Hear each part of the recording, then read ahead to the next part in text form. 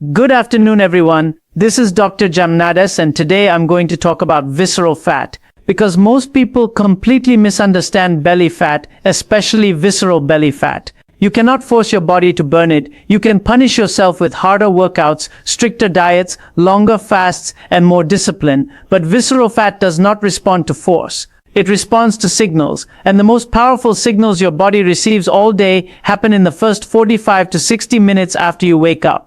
Think of your body like a control room. Every morning, before you eat, before you move much, before the world fully hits you, your nervous system asks one critical question: am I safe today, or am I under threat? That answer determines whether your metabolism opens the door to fat burning or locks it shut and shifts into fat storage and defense. This is why two people can eat the same food, fast the same hours, even exercise the same way, yet one loses visceral fat and the other doesn't. The difference is not willpower, it's morning chemistry. When you wake up, cortisol naturally rises. Cortisol is not bad, it's a survival hormone. It helps you get out of bed, mobilize energy, and stay alert. But if cortisol spikes too high, too fast, or stays elevated too long, it sends one clear message to your body: danger. And when the body perceives danger, it does three things automatically. It holds on to fat, especially visceral fat. It raises insulin resistance, and it slows long-term repair. Visceral fat is not just stored energy, it is protective fat. It wraps around organs, produces inflammatory chemicals, and acts like a shield. Your body keeps it when it thinks survival is at risk. So if your mornings are chaotic, rushed, dehydrated, overstimulated, caffeinated, and stressful, you are unknowingly telling your body every single day, do not let go of this fat. This is why mornings matter more than people realize.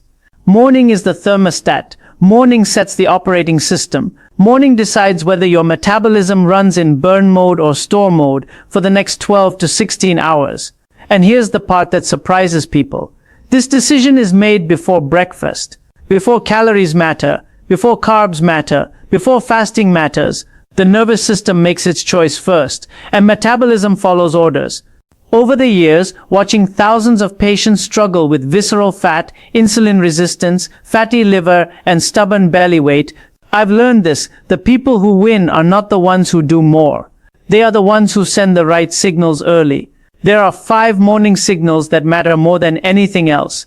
They are simple, they are biological, and when done correctly, they lower cortisol, stabilize insulin, calm the nervous system, and make visceral fat release possible later in the day. Today I'll explain all the signals one by one slowly, so please take a few minutes of your day today and watch this important lecture till the very end. The first signal your body receives in the morning has nothing to do with food, exercise, or motivation. It has to do with hydration and minerals, and it happens within minutes of waking up. Most people get this wrong, and the consequences show up later as stubborn visceral fat, cravings, and a metabolism that feels stuck.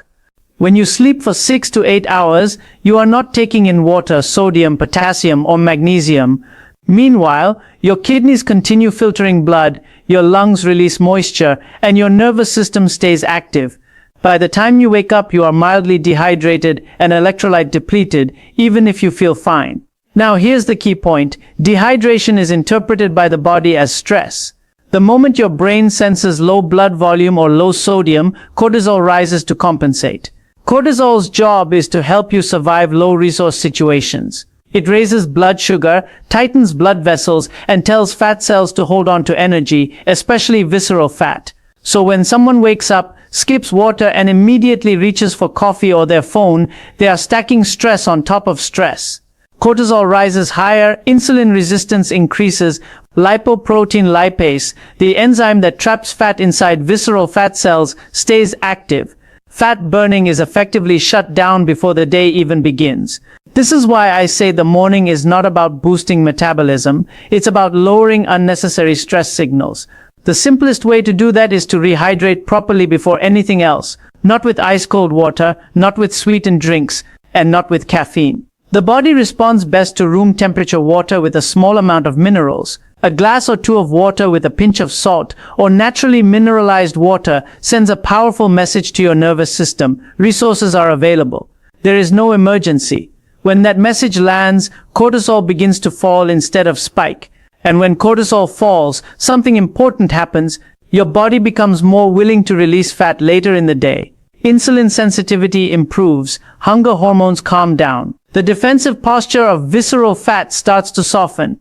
This is not theory, you see it clinically. People who hydrate properly in the morning often report fewer cravings, better energy without caffeine, and easier fasting, even if nothing else changes. Think of it like this: if you wake up in the desert with no water, your first instinct is not to burn stored fuel. It's to conserve. But if water is plentiful, the body relaxes and becomes flexible again. Morning hydration is telling your body you are not in a desert. Comment below the word hydration if you're still here listening to me. I love people who stay attentive throughout my lecture. Also, if you're new to my channel, please make sure you leave me a like on this video and hit that subscribe button so more people can see this informative lecture. Now, the second signal your body is waiting for in the morning is sunlight, and this one is far more powerful than most people realize. Light is not just something you see, it is biological information. When light hits your eyes and your skin early in the day, it tells your brain one critical thing: the day has begun, and the environment is predictable. That message immediately travels to the hypothalamus, the command center that controls cortisol, insulin, melatonin, and your circadian rhythm. If that signal is clear and timely, cortisol rises briefly in a healthy, controlled way and then falls. If that signal is missing or delayed, cortisol becomes chaotic, spiking at the wrong times and staying elevated longer than it should. Here's why this matters for visceral fat. Cortisol is not a bad hormone. It's a survival hormone. But chronic mistimed cortisol keeps your body locked in threat mode, and when the body perceives threat, it does not burn visceral fat. It protects it. Visceral fat is emergency fuel. The body will not let go of it if it thinks danger is nearby. Morning sunlight is how you tell your body there is no danger. When light enters your eyes within the first 30 to 60 minutes after waking, it anchors your circadian clock. This sets off a cascade. Melatonin shuts off properly, cortisol peaks and then declines, insulin sensitivity improves, and appetite hormones like ghrelin and leptin begin to normalize. Later in the day, this same signal helps melatonin rise naturally at night, improving sleep, and better sleep further lowers cortisol the next day. You can't separate these systems. Sleep, stress, fat storage, and insulin resistance are all wired together. Now contrast this with what most people do. They wake up in a dark room. They check their phone. Artificial blue light hits their eyes, but without the full spectrum signal of the sun. The brain gets confused. Cortisol rises, but without direction. The nervous system stays on edge. Visceral fat stays locked. Even worse, scrolling through email or social media immediately activates the dopamine stress loop. The brain interprets novelty, comparison, and urgency as potential threats. Cortisol rises again. You haven't eaten anything yet, but your metabolism is already defensive. This is why I tell people, don't look at your phone before you look at the sun. You don't need to stare at the sun, you just need to be outside or near a window, letting natural light reach your eyes. 5 to 10 minutes is enough on a bright day. On cloudy days, a little longer. If possible, expose some skin as well. Hands, face, or arms. This single habit improves insulin sensitivity more reliably than many supplements. It makes fasting easier. It reduces evening cravings. And over time, it makes visceral fat more willing to leave because the body feels rhythm, predictability, and safety. Think of sunlight as resetting the thermostat of your metabolism. If you set it correctly in the morning, the rest of the day runs more smoothly without effort. Before I continue, tell me about your sunlight intake. How many minutes do you spend under morning sunlight exposure?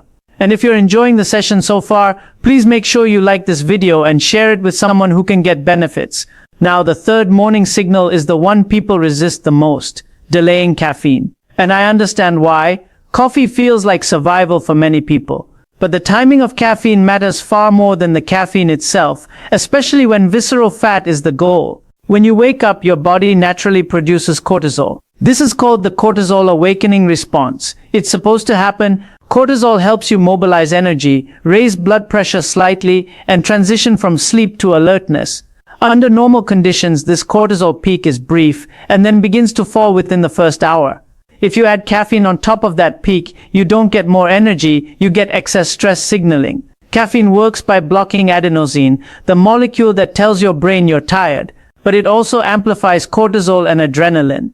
If cortisol is already high, and in many people it is chronically high, adding caffeine immediately tells the body we are under threat and need to stay alert. That message directly interferes with fat release. Here's the physiology.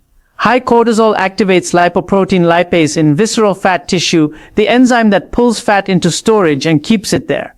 It also increases insulin resistance, especially in the liver. So even if you're fasting, your body behaves as if it needs to conserve energy, not burn it. This is why some people fast, drink black coffee immediately upon waking, and still struggle with belly fat. They're fasting, but their hormones are saying emergency. Now here's the good news, you don't have to give up coffee. You just have to respect timing. If you wait 60 to 90 minutes after waking, cortisol has already begun to decline naturally. At that point, caffeine no longer stacks stress, it enhances alertness without pushing the system into danger mode. The same coffee now feels smoother, fewer jitters, less anxiety, better focus, and importantly, less interference with fat burning. This delay also protects muscle. Chronic cortisol combined with caffeine and fasting can increase muscle breakdown in susceptible people, especially those under stress or under eating protein. By delaying caffeine, you reduce unnecessary catabolism while still getting the cognitive benefits later. What should you do instead during that first hour? Hydration, sunlight, calm movement. Let your nervous system settle into the day before you stimulate it. Think of caffeine like a volume knob, not an on switch. If the volume is already loud, turning it up doesn't improve the music, it creates noise. When cortisol is lower, caffeine works the way people expect it to. For those who truly feel unwell without immediate caffeine, green tea is often a better transitional option. It contains less caffeine and includes L-theanine, which blunts the cortisol response. But the goal remains the same. Don't spike stress before your body has stabilized. When you align caffeine with your biology instead of fighting it, fasting becomes easier, hunger becomes quieter, and visceral fat stops acting like protected territory. Tell me in the comments, when do you usually wake up and consume your caffeine? Let's learn about each other's current routine. The fourth morning signal is movement, but not the kind most people think of. This is where a lot of well-intentioned people sabotage their own fat loss. They wake up already stressed, underslept, dehydrated, and then they force intense exercise, hard cardio, boot camps, or heavy hit, thinking they're burning fat. What they're often doing instead is teaching the body to defend it. In the early morning, your nervous system is still transitioning. Cortisol is naturally higher, blood sugar is lower, muscles and connective tissue are colder and stiffer. If you apply high-intensity stress at this moment, the body interprets it as threat, not training. Threat equals cortisol. Cortisol equals fat storage, especially visceral fat. This doesn't mean exercise is bad. It means timing and intensity matter. The goal of morning movement is not to exhaust yourself. It is to tell your nervous system, I'm safe, I'm mobile, and the environment is under control. Low-intensity movement does exactly that. A relaxed walk, light stretching, mobility work, yoga, or gentle bodyweight movements activate muscles without spiking stress hormones. This kind of movement improves insulin sensitivity by opening glucose transporters in muscle cells. It increases fat oxidation without triggering a cortisol surge. And it enhances lymphatic flow, which helps clear inflammatory signals associated with visceral fat. Think of it like warming up the orchestra before the performance. If you blast the drums before tuning the strings, everything sounds chaotic. But if you warm up slowly, the whole system plays better later. There's also a nervous system component that's often overlooked. Gentle movement activates the parasympathetic system, the rest and digest state. This shifts your body away from survival mode. When the parasympathetic system is active, fat release improves because the body no longer feels the need to hoard energy. This is why some people notice that their waist measurement drops more from walking than from aggressive workouts. It's not about calories burned, it's about hormonal permission. Hard workouts have their place, but later in the day when cortisol is lower, body temperature is higher, and glycogen availability is better. Morning is for alignment, not punishment. Another benefit of gentle morning movement is appetite regulation. People who move calmly in the morning often find that hunger is delayed naturally. Ghrelin, the hunger hormone, settles down. Fasting becomes easier without willpower. And when you do eat later, insulin response is smoother. Visceral fat is deeply tied to inflammation and stress signaling. You don't attack it away, you convince the body it's no longer needed. If you've been doing everything right but still can't lose belly fat, ask yourself this: am I training my body to feel safe, or am I training it to brace? The fifth and most underestimated morning signal is dopamine control, and it may be the most powerful one of all. This is where modern life quietly destroys fat loss before breakfast even happens. The moment you wake up, your brain is in a highly plastic, suggestible state. Whatever input you give it first sets the emotional and hormonal tone for hours.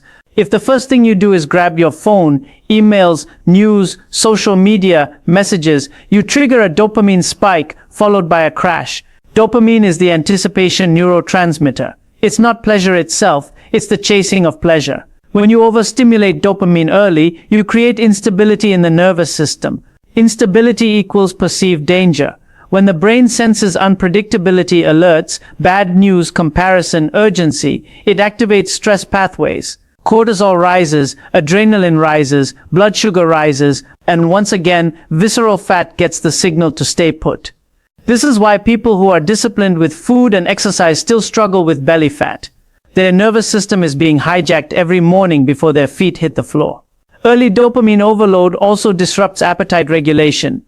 It increases cravings later in the day, especially for sugar and refined carbs. That's not a lack of willpower, that's neurochemistry. The brain is trying to restabilize dopamine by seeking quick rewards through food. When you delay phone use, even by 30 to 60 minutes, you allow dopamine to rise naturally through light, movement, and internal motivation. This creates a much more stable neurochemical baseline. Stable dopamine leads to stable insulin. Stable insulin allows fat release. Think of dopamine like fire.